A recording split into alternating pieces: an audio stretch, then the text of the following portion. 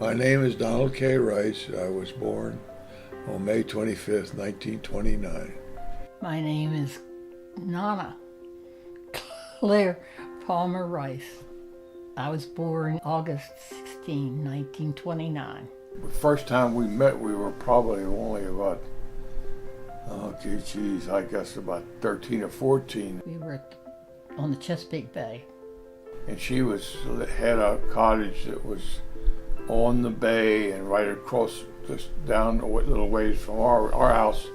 And I was sitting out getting a suntan on the pier, and he walked out and he said, "Hadn't we met before?" I said, "I don't think so." He said, "That was a dumb come-on question." Later on. That was during the war years. The war was going on. And 2 or 3 years later, I guess, when I was about 15, I guess, she came down to the beach for the summer. We met again and had a sort of an attraction for each other. And used to sit on the pier and talk. Well, I liked that he was active. I was a very passive person.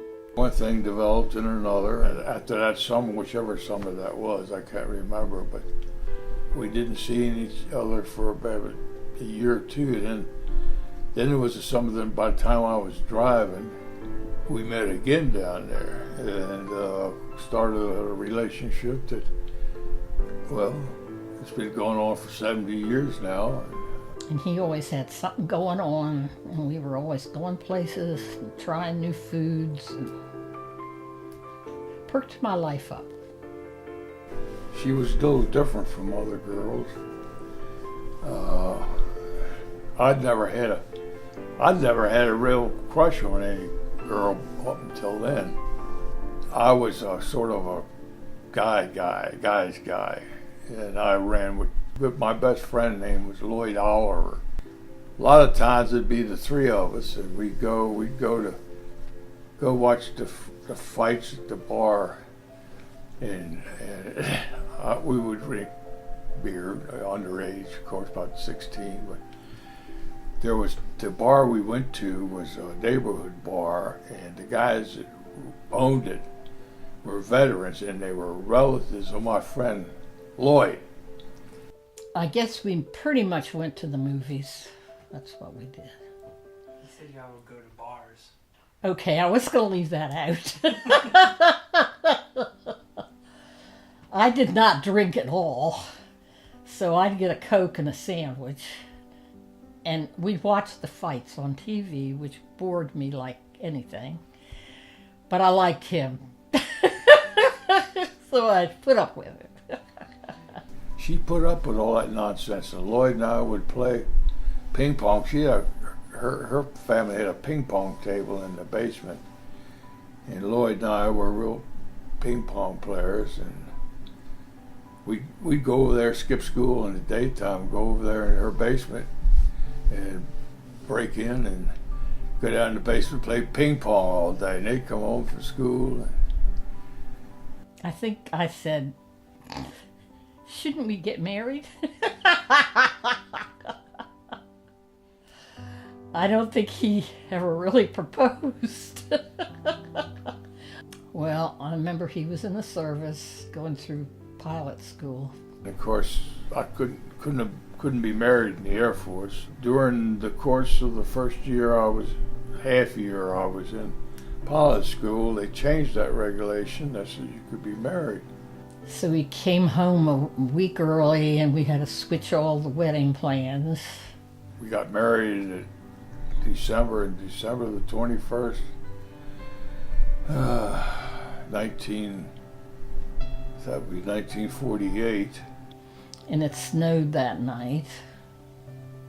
After the wedding, we went with his two buddies and their girlfriends, I guess they were there, to the Shoreham Hotel and drank, and I had a Coke.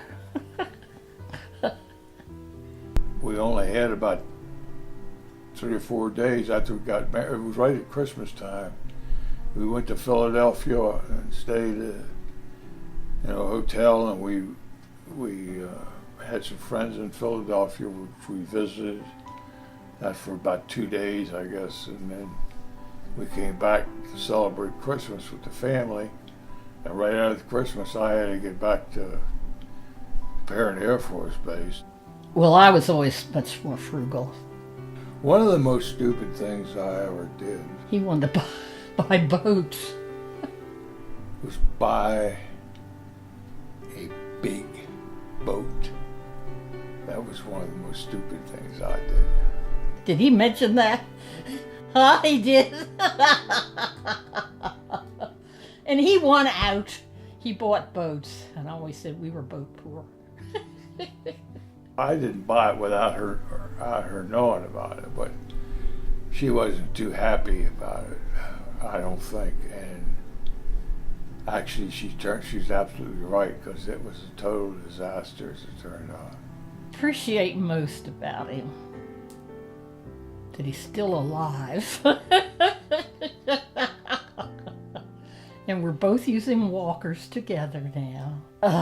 His enthusiasm, and he's always thinking of things to do. If he goes first, I'm really going to miss that, so I'm hoping I just die first. I'm surprised that she's still with me, because I was a terrible young husband. I did some stupid things. I never really, well, quite frankly, till I came to the Lord. I came to the Lord very late in life. So I was pretty close to 60, 59 or 60 when I came to the Lord. He turned me around. I'm surprised that she put up with me all these years. Patience. And talking through stuff, I guess. We talked through a lot of stuff. And we stayed together, so I guess we did. I'd follow him around and talk. And he'd push away and listen. He wouldn't say anything much. If you don't have children, you don't raise children, and have a family, what good are you? I mean, my family is my only legacy that I leave on this earth. When you say legacy, what do you want them to remember you by? Just my Grandpa Don and Nana. As a matter of fact, there's a little plaque on the table in our bedroom. And if you would walk around there and get it, that's, I guess, what. Yeah.